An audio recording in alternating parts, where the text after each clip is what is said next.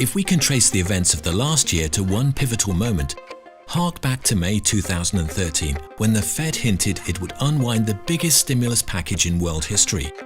Though contingent on the US economy improving, investors focused on the end outcome. And a 4-month taper tantrum around the globe saw bond yields rise sharply and equity markets drop in what are normally uncorrelated asset classes. The ripple effect hit the still sensitive Eurozone hard, particularly in troubled nations Italy and Spain, which dropped 11.5% and 6.7% respectively. Concerns about the removal of liquidity from developed markets saw the market rort spread to emerging markets, putting downward pressure on both EM equities and currencies. This saw the Turkish lira plunge 22% and the South African rand tumble 20%. Adding to the May sell-off was a sharp spike in Chinese interbank lending system rate, the SIBOR, which, although a deliberate government maneuver to control its shadow banking system, caused significant June falls in the Chinese and Hong Kong indices. Pleasingly, in December, when the Fed actually did start to pull back on their $85 billion per month bond purchasing program, the reaction was more positive, and this optimism has continued into 2014. The US has the ability to drive world growth if it can maintain current momentum, which is being led by a reinvigorated housing sector.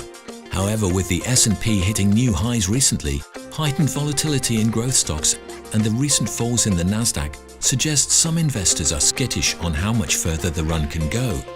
Although recovery in Europe remains fragile, with ongoing economic and political instability in peripheral countries, especially most recently in the Ukraine, the Eurozone has pulled itself away from the abyss.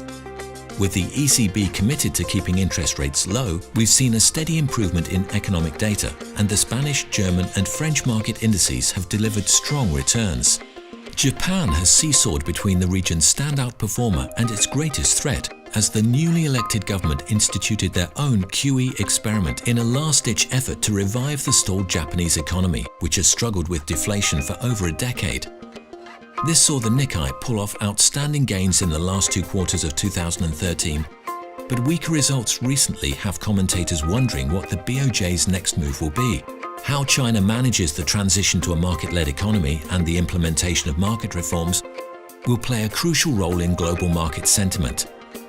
Against the background of a slowing Chinese economy, the end of the mining boom, weak domestic consumer sentiment, and a domestic election that failed to deliver the renewed stability and focus many were hoping for, Australia has proved surprisingly resilient with only 1 negative quarter in almost 2 years. A general recalibration of growth expectations downwards has seen Australian companies replace aggressive leverage and expansions with cost-cutting, fiscal discipline, and return of capital to shareholders. This, combined with the flow-on effects of historically low interest rates, has seen investor optimism return, with housing, consumer sentiment, and employment measures showing considerable upticks.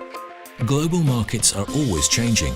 Our commitment to help you successfully navigate through them doesn't.